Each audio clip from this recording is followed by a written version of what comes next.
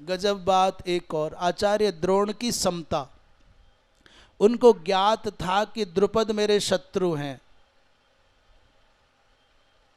उनको ज्ञात था कि द्रुपद ने याज उपयाज के माध्यम से यज्ञ करके मुझे मारने वाला पुत्र पाया है, उसका नाम धृष्टद्युम्न है। फिर भी धृष्टद्युम्न पढ़ने के लिए, धनुर्विद्या प्राप्त करने के लिए आए तो द्रोणाचार्य ने उनको धनुर्विद्या सिखाई है।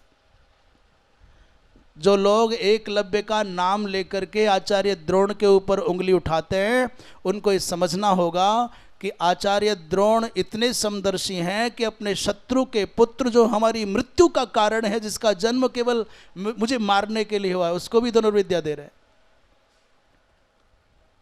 ये अद्भुत क्षमता है महाराज। जिस दिन वो ब्राह्मण देवता पांडवों को कथा सुना रहे हैं, द्रौपदी का जन्म ऐसे हुआ है, और महाराज क्या बताएं, जिस दिन महाराजा द्रुपद ने ये सुना कि पांडव लाक्षागृह की आग में जल करके नष्ट हो गए, मैं वहीं था। ब्राह्मण कहते हैं मैं वहीं था। उस दिन फूट फूट करके द्रुपद रोए, मेरा स्वप्न मात्र स्वप्न रह गया, मेरा संकल्प अपूर्ण रह गया।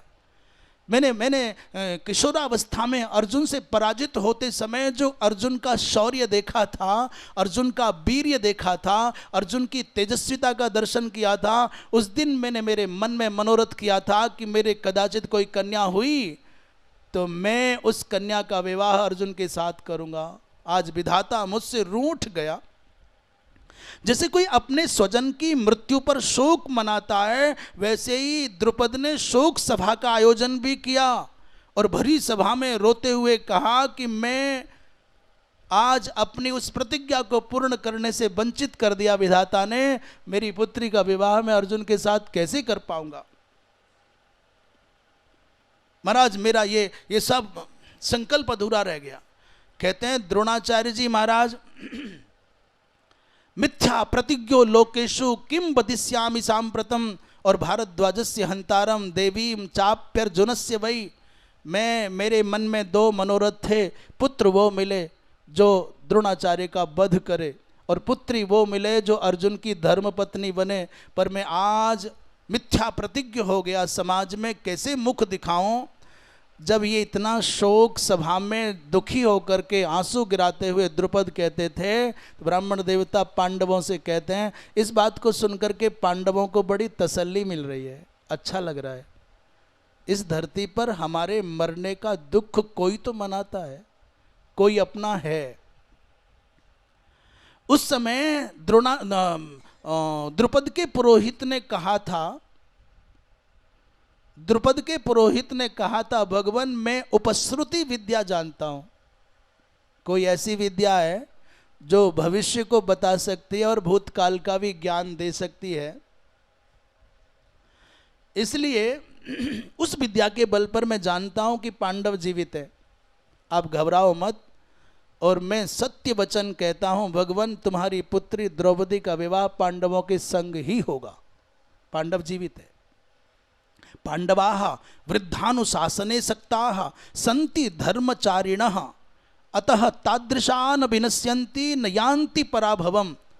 अपनी उस विलक्षण विद्या के बल पर द्रुपद के पुरोहित ने कहा कि पांडव वृद्धों के अनुशासन में रहने वाले हैं।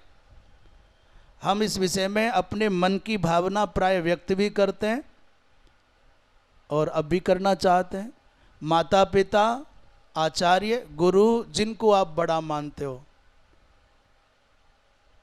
उनके निर्णयों में आपकी आंतरिक सहमति ना भी बनती हो, और हमने यथासंभव इस पद्धति को अपने जीवन में स्थान दिया है, इसलिए इस बल पर ये बात कहते हैं। ये तो पक्का ही है कि परिणाम अनुकूल आएगा अथवा प्रतिकूल आएगा, वो तो पक्का है।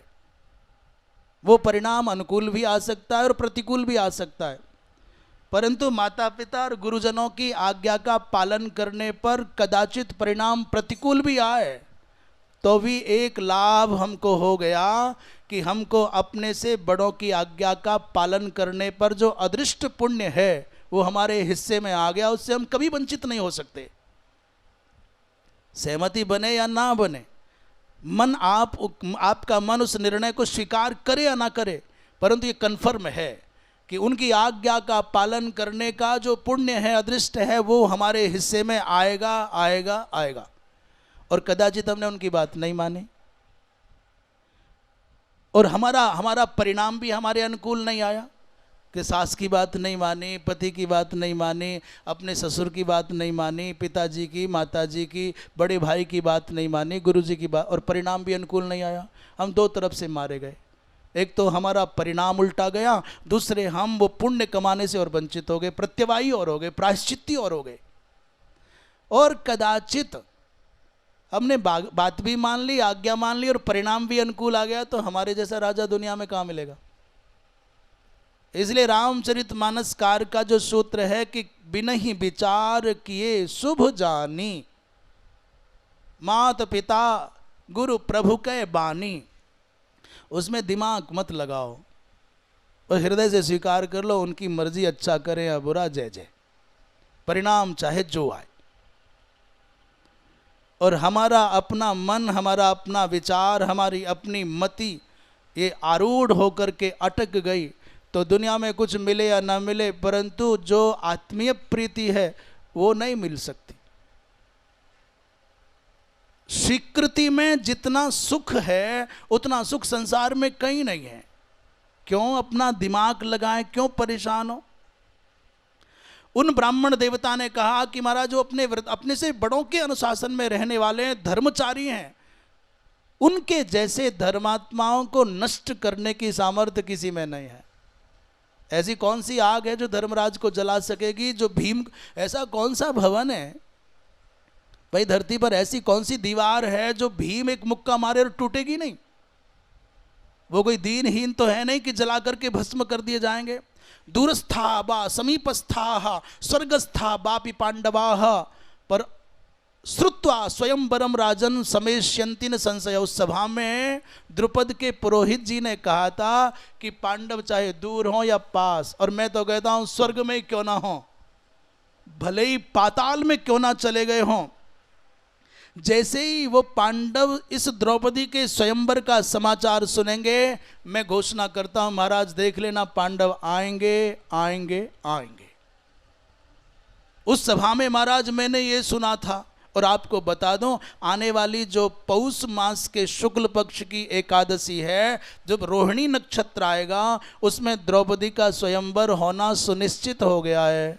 और सुनो, तुम भी ब्राह्मण, हम भी ब्राह्मण, जो लक्ष्य का भेदन करेगा वो द्रौपदी को पाएगा। हमारी आपकी मौज है, बढ़िया दक्षिणा मिलती है। ये फरुखाबाद की बात कर रहे हैं, बोले दक्षिणा बढ़िया मिलती है, भोजन बढ़िया मिलता है, सम्मान बहुत होता है, वहां की गाय बहुत अच्छा दूध देने वाली है। इसलिए भैया चलो मेरी बात मानो तो वहां चलते हैं। पुष्कल भोजन, फल, दक्षिणा प्राप्त होती है, वहां के राजा, वहां की प्रजा, संतों और ब्राह्मणों का विशेष सम्मान करती है। इसलिए पुष्य मासे तो रोहिण्याम शुक्ल पक्षे शुभे तिथौ